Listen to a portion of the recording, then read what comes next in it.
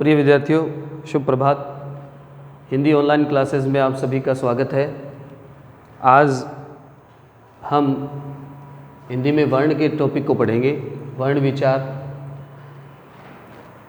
कोई भी भाषा हो, उस भाषा की शुरुआत वर्ण से ही होती है, और चाहे हिंदी, अंग्रेजी, संस्कृत, उर्दू, फारसी, इटालियन, जर्मनी, कोई भी भाषा क्यों ना हो, उसकी शुरुआत जो है वो वर्ण से ही मानी जाती है। वर्ण ही उसकी आधार होता है। तो हिंदी भाषा में हम शुरुआत करते हैं वर्ण की। तो वर्ण, सबसे पहले हम बात करते हैं वर्ण की परिभाषा की, कि वर्ण की परिभाषा क्या है, वर्ण कहते किसको हैं।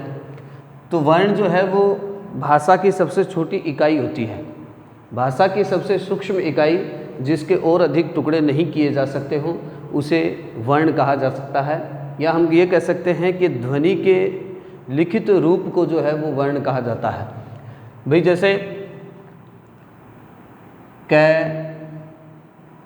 ए, मैं, ये जब मुख से उच्चारित होते हैं और इनको लिखित रूप प्रदान किया जाता है तो ये वर्ण कहलाएंगे, और इनके और टुकड़े नहीं किए जा सकते, इनको बांटा नहीं जा सकता है। अब बात करते हैं कि भी इनको बांटा नहीं जाता, लेकिन जैसा विज्ञान के अंदर भी एक ऐसा ही वर्ण से रिलेटेड बात बताता हूँ मैं आपको। विज्ञान के अंदर बताया जाता है कि किसी भी पदार्थ की सबसे सूक्ष्म इकाई जो है वो अणु और परमाणु, दो चीज़ें हैं। तो परमाणु जो है वो किसी भी पदार्थ की सबसे सूक्ष्म इकाई होती है, जिसके और अधिक टुकड़े नहीं किए जा सकते हो, उसे परमाणु कहते हैं। तो ये परिभाषा के तौर पर तो ऐसा बताया जाता है, लेकिन परमाणु के क्या टुकड़े नहीं होते? परमाणु के भी टुकड़े होते हैं।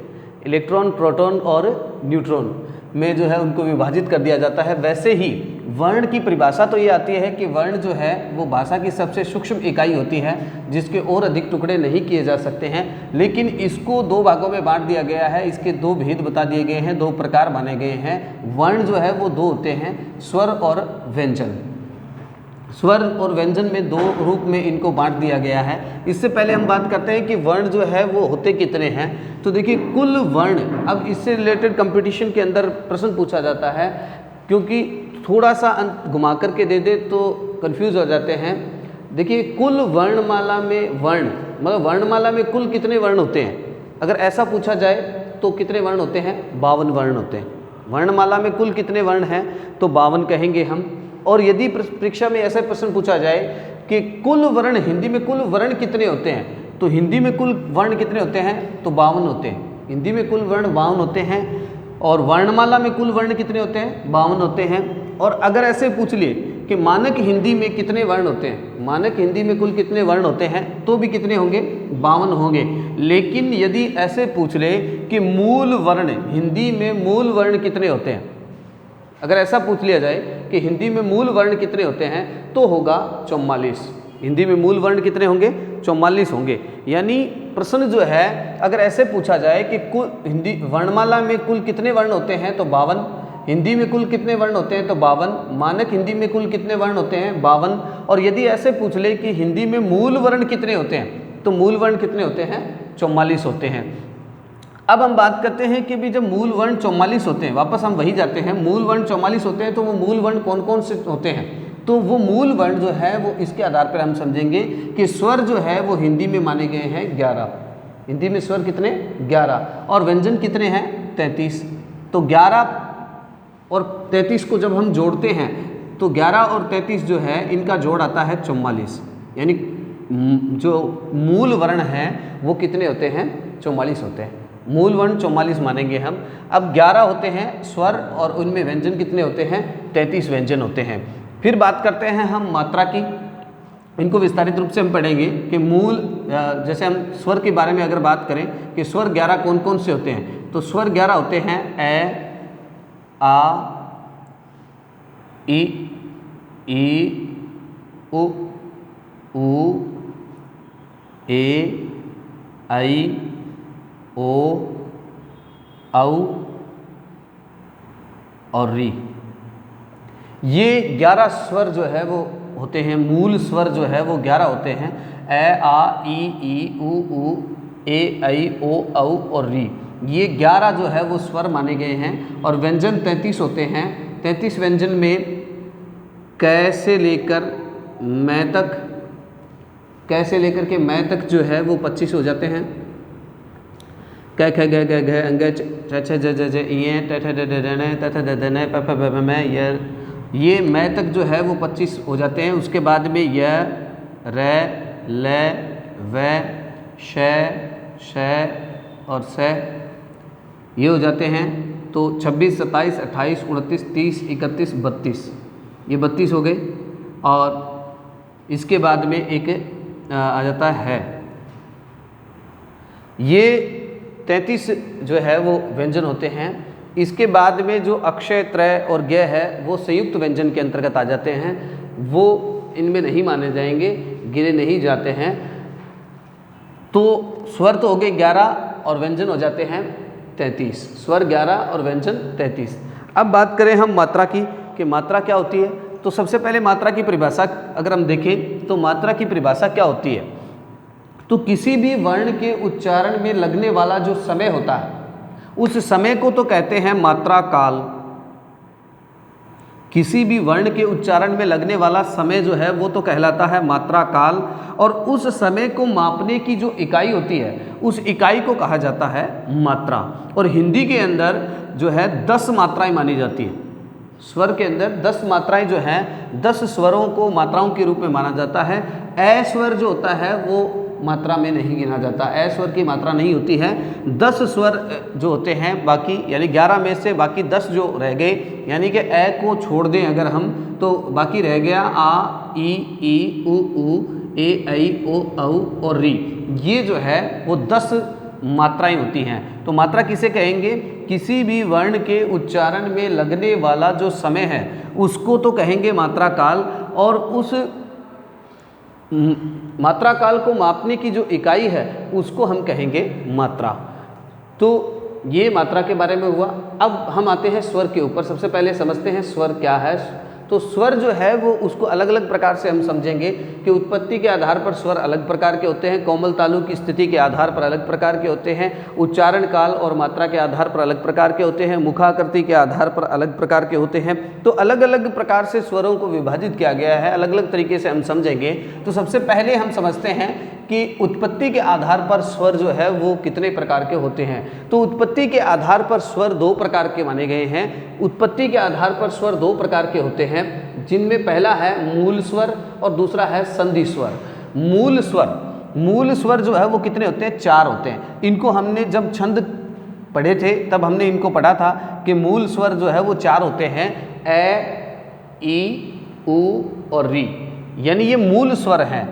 और इनके योग से ही संधि स्वर बनते हैं, यानी ये जब मिल जाते हैं, जैसे ए प्लस ए और ए मिलेगा तो क्या बन जाएगा? आ बन जाएगा। तो ए और ए की संधि हुई, और ए और ए की संधि होने के कारण जो है वो हमारे सामने एक और स्वर उभर करके आया, क्या हो गया? आ हो गया। तो ये मूल स्वर तो 4 होते हैं, ए, ई, उ और री।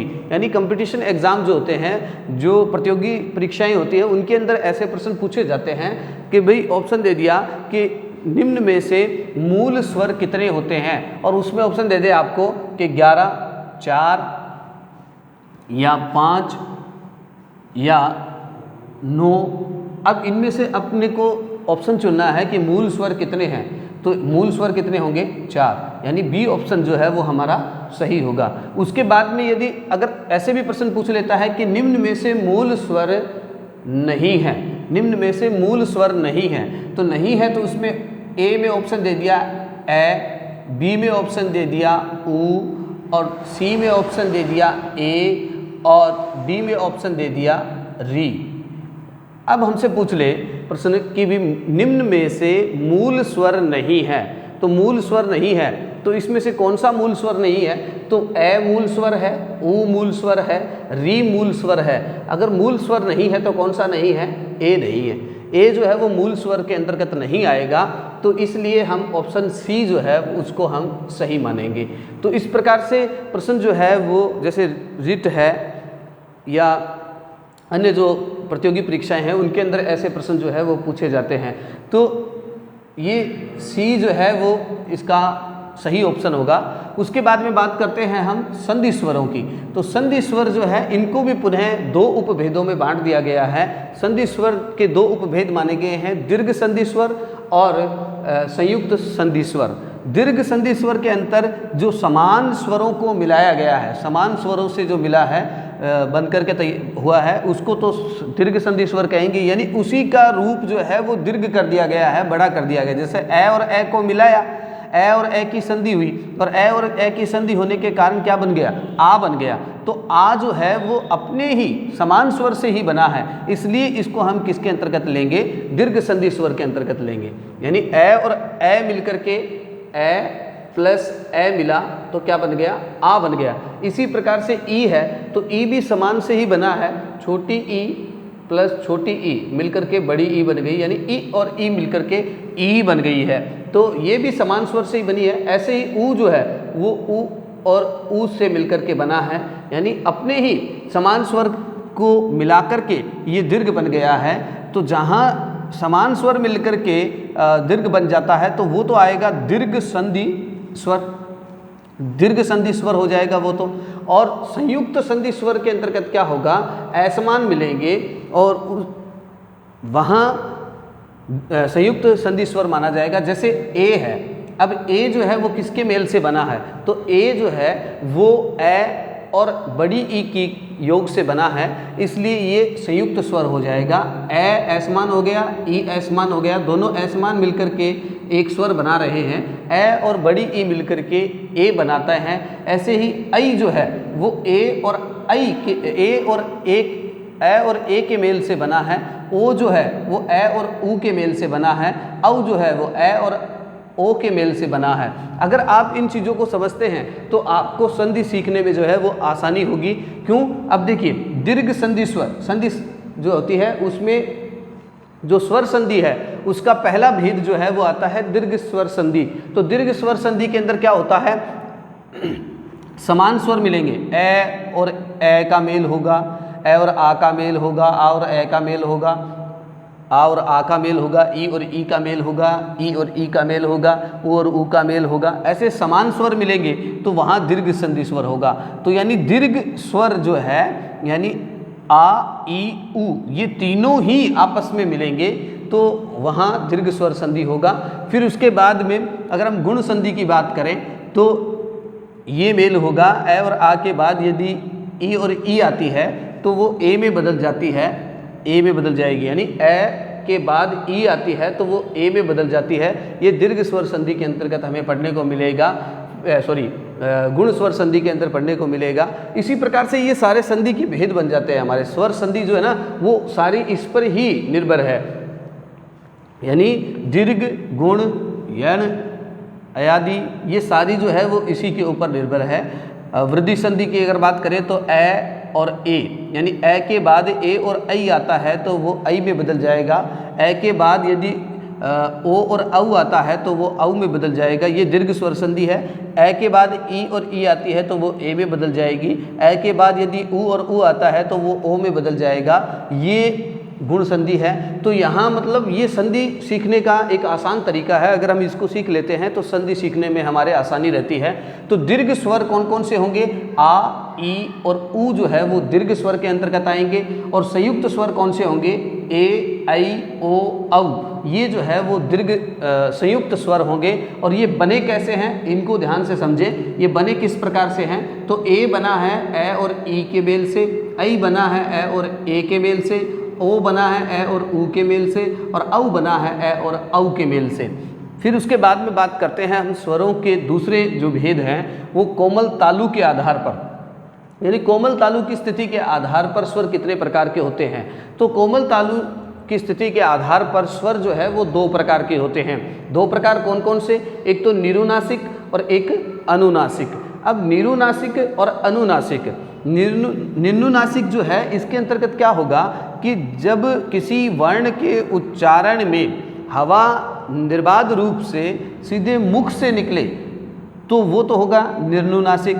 और अनुनासिक के अंदर क्या होगा कि मुख के साथ साथ हवा जब नाक से निकले तो वो अनुनासिक होता है। इसमें ध्यान देने वाली बात ये है कि सभी स्वर जो होते हैं वो निरुनासिक होते हैं और सभी स्वर जो है वो अनुनासिक भी होते हैं, यानी इनको बदला जा सकता है। जैसे ए है तो ए जो है वो निरुनासिक है, यानी ए का जब हम उच्चारण करते हैं तो हवा जो है वो मुख से उच्चारित होती है, नाक से नहीं। लेकिन इसको ही अगर हम इसके ऊपर अनुस्वार लगा देते हैं तो अंग बन जाता है, ये अंग बन जाएगा। तो अंग, तो इसमें जो है हवा मुख के साथ साथ नाक से भी उच्चारित होती है, तो यहाँ ये अनुनासिक बन जाता है। जैसे मैं एक लिखता हूँ सवार, मैंने लिखा सवार, या मैं लिख दूं सवाद। अब मैं इनके ऊपर अगर ये सारे जो है वो निरुनासिक है, ये भी निरुनासिक है, तीनों वर्ण ये भी निरुनासिक है।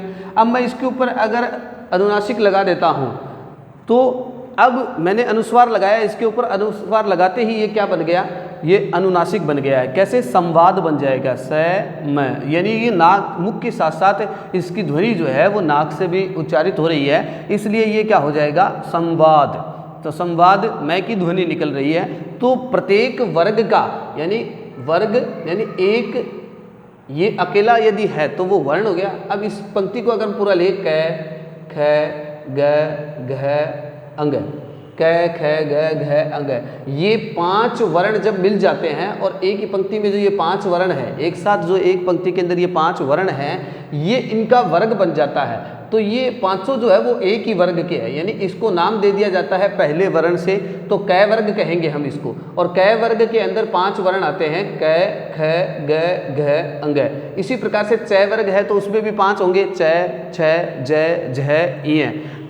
ट वर्ग है तो उसमें भी 5 होंगे, ट ठ ड ढ अण। तो ये जो वर्ग है 5 वर्णों का वर्ग, तो इसमें ये जो अंतिम वाले हैं, प्रत्येक वर्ग का जो 5वां वर्ण है, अंग इय अण न म, यानी प्रत्येक वर्ग का 5वां वर्ण जो है वो अनुनासिक होता है। प्रत्येक वर्ग का 5वां वर्ण जो है वो अनुनासिक होता है। स्वरों की अगर हम बात करें तो मैंने जैसे पूर्व में आपको बताया कि स्वर जो होते हैं वो प्रत्येक स्वर जो है वो निरुनासिक भी है और प्रत्येक स्वर जो है वो अनुनासिक भी है। और क्यों है, इसके पीछे का कारण हमने देख लिया कि ए को हम अंग में परिवर्तित कर सकते हैं, यानी अनुस्वार लगाते ही वो उसकी का जो उच्चारण है वो मुख के साथ साथ नाक से भी उच्चारित होता है, इसलिए वो अनुनासिक बन जाता है। उसके बाद में हम बात करते हैं उच्चारण काल के आधार पर। तीसरा जो भेद है वो है उच्चारण काल के आधार पर, कि स्वरों को हम उच्चारण काल के आधार पर अगर हम समझें कि उच्चारण काल और मात्रा के आधार पर जो है स्वर कितने प्रकार के होते हैं। तो उच्चारण काल, काल समय, और समय जैसा कि हमने मात्रा की परिभाषा पूर्व में पढ़ी कि किसी भी वर्ण का उच्चारण करने में लगने वाला जो समय है उसको क्या कहा जाता है, मात्रा काल। और उस मात्रा काल को मापने की जो इकाई है उसको नाम क्या दिया जाता है, मात्रा दे दिया जाता है। तो काल यानी समय, यानी उच्चारण में लगने वाला जो समय है वो क्या कहलाएगा, मात्रा कहलाएगा। तो उच्चारण काल यानी मात्रा के आधार पर स्वर जो है वो 2 प्रकार के होते हैं। और कौन कौन से होते हैं, तो उनमें पहला है ह्रस्व स्वर, और जिसको हम लघु स्वर भी कह सकते हैं, और दूसरा है दीर्घ स्वर जिसको हम गुरु स्वर भी कह सकते हैं। छंद का जो टॉपिक हमने पढ़ा था उसमें ये हमारे आए थे लघु स्वर और गुरु स्वर। ये इनके ऊपर हमने मात्रा लगा करके लघु वर्ण और गुरु वर्ण, और इनको मात्रा के आधार पर हमने समझा था। एक बार पुनः बता देता हूँ मैं आपको कि लघु वर्ण जो होंगे उनको हम उसके ऊपर हम ये मात्रा लगाएंगे, और गुरु वर्ण होंगे उनके ऊपर हम ये मात्रा लगाएंगे। तो इस प्रकार से हम मात्रा के आधार पर इनको हम समझ सकते हैं। ये गुरु की मात्रा है और ये लघु की मात्रा है। इसको जब गिना जाएगा तो इसको 1 गिना जाएगा और इसको 2 गिना जाएगा। जैसा मैंने नाम, किसी का नाम लिख करके मात्रा लगा करके हम अगर देखिए, जैसे मैंने लिखा था रमेश, अब रमेश नाम लिखा है तो इसके ऊपर अगर हम कोई पूछ ले कि भी इसमें कितनी मात्राएं हैं, रमेश नाम के अंदर कितनी मात्राएं हैं, तो रमेश नाम में कितनी मात्राएं हैं, तो रै जो है वो ए है, और ए है तो इसका मतलब वो क्या है, 1 मात्रा का है, यानी लघु स्वर है। तो लघु स्वर है तो इसका मतलब 1 मात्रा लगी। में जो है वो ए है, तो ए है तो वो गुरु स्वर है, यानी कि इस पे गुरु मात्रा लग जाएगी। और श जो है वो लघु है, तो 1 2 3 और 1 4, यानी रमेश नाम में कितनी मात्राएं हैं, कुल 4 मात्राएं हैं। तो ये लघु और गुरु की मात्रा है। तो उच्चारण काल या मात्रा के आधार पर स्वर जो है वो 2 प्रकार के होते हैं, ह्रस्व स्वर या लघु स्वर या दीर्घ स्वर या गुरु स्वर, इन यानी लघु और गुरु या ह्रस्व और दीर्घ के अंदर हम इसको बांट सकते हैं। और इनमें कौन कौन से होते हैं, तो ह्रस्व स्वर कौन कौन से होते हैं, यानी लघु स्वर कौन कौन से होते हैं, तो लघु स्वर होते हैं ए, छोटी ई, छोटा ऊ और री, यानी जो मूल स्वर है वो ही क्या होते हैं, लघु स्वर होते हैं। इनके ऊपर जब हम मात्रा लगाएंगे तो लघु लघु लघु लघु ही मात्रा लगेगी। और गुरु स्वर या दीर्घ स्वर कौन कौन से होते हैं, तो बाकी जो बच गए, बाकी जो रह गए, यानी आ, बड़ी ई, बड़ा ऊ, ए, ऐ, ओ, औ, ये जो हैं वो गुरु स्वर के अंतर्गत आएंगे। यानी लघु स्वर कौन कौन से, ए, ई, उ और री, ये लघु स्वर हैं। और दीर्घ स्वर या गुरु स्वर कौन कौन से हैं, आ, बड़ी ई, बड़ा उ, ए, ऐ, ओ, औ, ये जो है वो गुरु स्वर हैं। उसके बाद में चौथा आता है मुखाकृति के आधार पर स्वरों के प्रकार। तो मुख की आकृति के आधार पर, यानी जब हम उनका उच्चारण करते हैं, जिन स्वरों का उच्चारण किया जाता है, तो उन उच्चारित स्वरों पर हमारे मुख की आकृति जो है वो किस प्रकार से बनती है, उस मुख आकृति के आधार पर स्वर जो है वो कितने प्रकार के होते हैं। तो मुख आकृति के आधार पर स्वर जो है वो 4 प्रकार के माने गए हैं। मुखाकृति के आधार पर स्वर कितने प्रकार के, 4 प्रकार के माने गए हैं, जिनमें पहला है संवृत स्वर। पहला क्या है, संवृत स्वर। और दूसरा है अर्ध संवृत स्वर, तीसरा है अर्ध विवृत स्वर और चौथा है विवृत स्वर। तो सबसे पहले हम समझते हैं संवृत स्वर। सीधी सीधी परिभाषा है इनकी, सीधा सीधा समझने का तरीका यही है कि